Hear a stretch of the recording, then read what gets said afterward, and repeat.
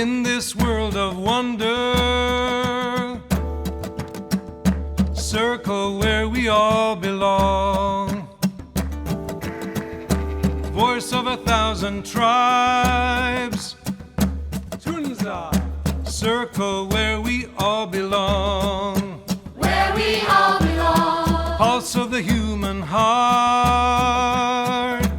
Tunza. Circle where we all belong. Where we all belong. Circle where we all are free. Circle where we all belong. Where we all belong. Where we all belong. Where we all belong. We had just finished this introductory show to the Earth Charter and a couple of other shows when it dawned on us that nowhere did we tell you what we thought the purpose of these shows in this series, Earth Charter Living, is about. And so we decided to come back and film me chatting with you about that. Since you don't know anything about the Earth Charter yet, let's just say, and I want to make sure I get these words right, that it's a framework for a bold, courageously optimistic international movement toward a wholesome, balanced, and peaceful world. And those lovely words are courtesy of our Earth Charter community organizer in Chicago, Linda Osborne. The purpose of our shows is to get you involved in the Earth Charter. It's to enlighten, to entertain, and inspire you so that you will become part of our grassroots movement to make the Earth Charter come alive in our personal lives and in our communities. Following the 2004 presidential election, there was a lot of noise being made by politicians and pundits and plain-spoken people about the divisiveness in our country.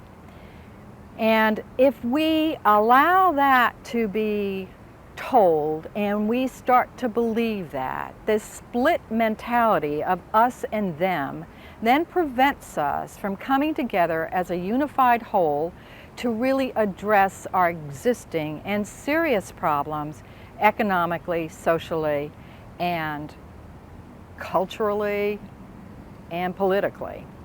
So, what I want you to learn and what I want you to believe, because I truly believe it, that there are people out there who have been doing some research that say this is not true. We are not as divided as we are painted to be.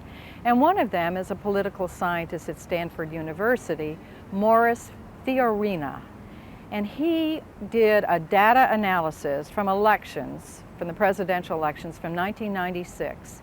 And what he found is that Americans are much more nuanced in their opinions, and there's far more agreement than there is division.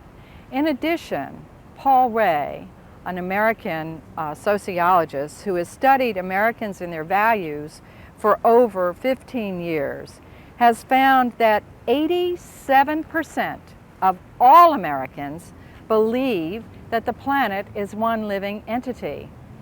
And you know, when I find out these things, I like to go out in the world and sort of test them. And I was at our local grocery store here in Tampa, and I was talking to the butcher who was giving me shrimp, and this was a few months ago. And I asked him where the shrimp came from, and he mentioned a couple of places, and he also mentioned Indonesia.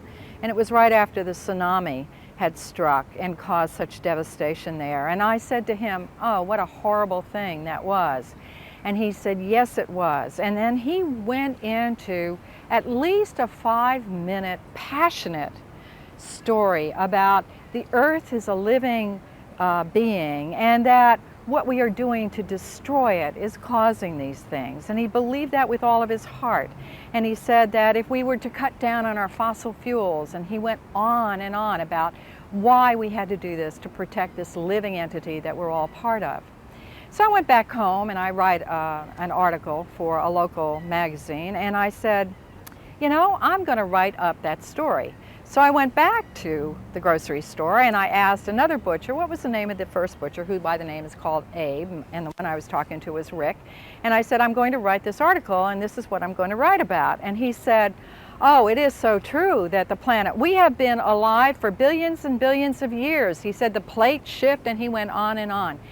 And you know, as he talked, he had a different little slant on things, and I could tell from a couple of things he said that probably he and Abe didn't vote the same in the last presidential election, but they were in agreement that the planet is one living entity. And just imagine how much further we can go in our conversation and then in our actions if we begin with our common shared values and beliefs. And then from there, you know, if we believe this is all one living planet, from there we go to, well, what does that mean to us? And what is our role in that? And what is our responsibility? It is such a different framework, and that's what the Earth Charter gives us. I want you to stay tuned for this show, and I want you to come back for future shows, because it's people like you we want involved. We want folks who maybe don't define themselves as activists, but to whom the principles of the Earth Charter and the values of the Earth Charter resonate. They really do feel connected to those, and so we're giving you an opportunity to truly make them come alive. We have future shows on sustainable martinis and wine, the Earth Scouts, lesbians who lunch, and many more. So sit back, relax, and enjoy the show.